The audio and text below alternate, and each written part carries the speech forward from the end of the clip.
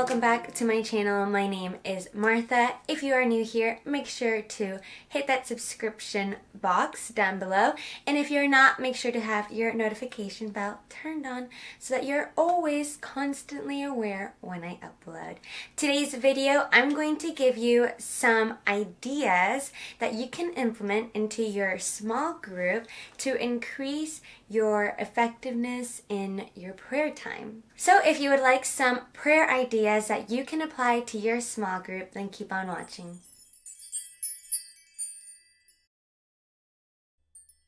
Okay, so as you guys know, I was born and raised in church, basically. So I have been a part of, led small groups for lots and lots of years. So I have several tips from my experience. Okay, so today I have several ideas that I want to share. The first one, it's not very different or unique, but I think it's something that you should try at your small group if you don't already, and that is doing a united circle prayer. Actually physically uniting into a circle and praying. Now here is my idea. Not just having one person pray, but each individually going around in the circle and saying a oral prayer, you know? I think it says a lot in like the spiritual world where you are standing next to your brothers and sisters, literally hand by hand, united, interceding, praying together. It will shake the spiritual world if you do that. The next one is one that I really liked back in my old youth group growing up. So what we would do once in a while is that we would take turns praying for each other, and one person would sit on the ottoman and the rest of the people, we would lay our hands on that person, you know, like on their head, on their shoulders, things like that.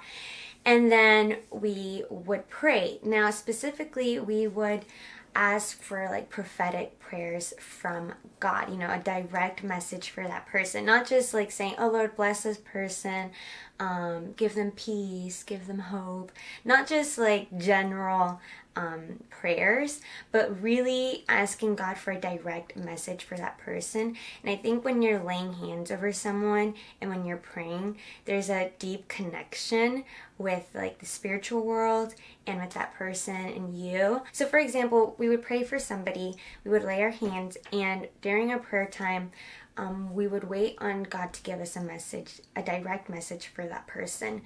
And perhaps sometimes I would hear like a word, for example, headaches. So if that word came to me, then I would kind of like wait on it, see what God would tell me about it, and then I would pray for that person, be like, oh, like we cancel any headaches, no more suffering, you know, God gave the victory, blah, blah, blah, things like that. And then afterwards, that person be like, oh my gosh, like I had been suffering from like a continuous headache like this whole week. And that's so awesome how God put that in your heart to pray over my life. That is the power of this type of prayer when you're laying your hands over that person, asking for a direct message. I think that's incredible. If you put that into your small group, people will walk away really having an encounter, really having spiritual growth, and there's also community growth, and it's awesome. I love it so much. If you haven't tried it, I highly recommend it. The next one is name declaration. So this one is kind of cool because what we would do was in our youth group, in our prayer time, we would take a moment to declare names. Now, these were names of like our friends, our family, people close to us, people that we knew. And specifically, these were people who were either struggling with something in their life, in a situation, or they didn't know God, they hadn't heard the gospel, things like that. And we were declaring their name into, you know, the spiritual world. I know I keep saying that, but yeah, stick with me. So for example, we wouldn't necessarily pray like, oh Lord, I pray for Martha, give her strength, give her knowledge, things like that. No, we would just take like 5 minutes of complete silence. The only thing we would say were names, and we would just go around, you know, just waiting for God to give us a name. You know, He would put a name in our heart and then we would speak it.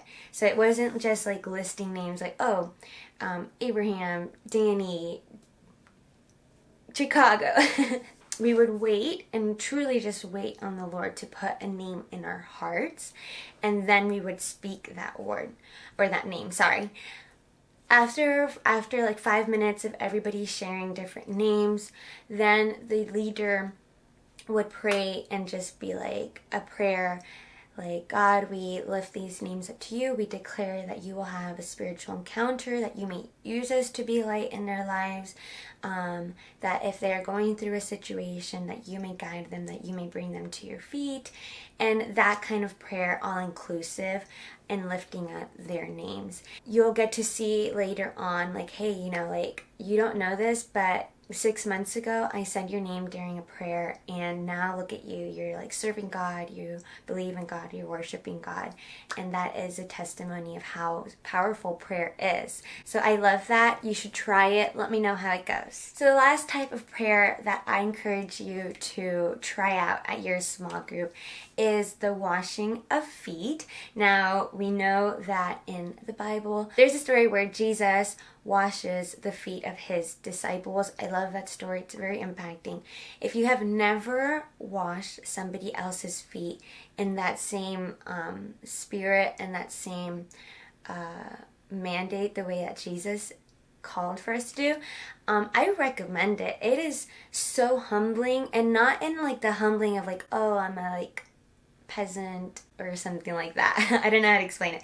Not in that kind of humbling way, but it's such a beautiful experience. And I know it's really weird for us in our culture, our society, to like do that kind of thing, but really it has such an impact on your life, in your spiritual life, the way that you get to honor somebody else, the way that you get to pray for somebody else. So I recommend that you do it in your small group. Just you guys take turns washing each other's feet, and it will be definitely like a catalyst for each person individually, but also for your small group. You will be more like intimate, more trust, more bond, more united.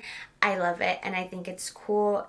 And it would be like a special prayer, not every single week or month whenever you gather with your small group, but maybe like once a year. You could try it out, see how it goes, and I'm sure you will be blessed from it. Alright, so those were my 4 prayer ideas that you could incorporate into your small group that are different.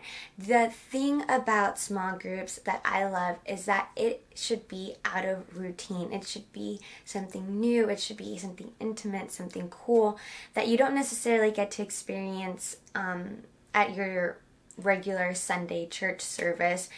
This is the time that you get to experience real intimate relationship with God and relationship with your fellow believers. So trying different prayers really breaks you from that regular routine of just having someone say a regular prayer. That's fine and everything, but there are different ways that you can pray as well that will build community and build your spiritual prayer life, I guess, together. And that's awesome. That's what small group is about, growing together spiritually. So if you try any of these out, let me know in the comments down below. Also, I will be doing a general small group tips video. If you have any questions, just any type of questions, leave me down those questions and I will be answering them in our small group tips video later on that you'll see on this channel. So subscribe. Be ready because it is coming and I'm excited. Thank you guys so much for watching and I will see you again in the next video. Bye!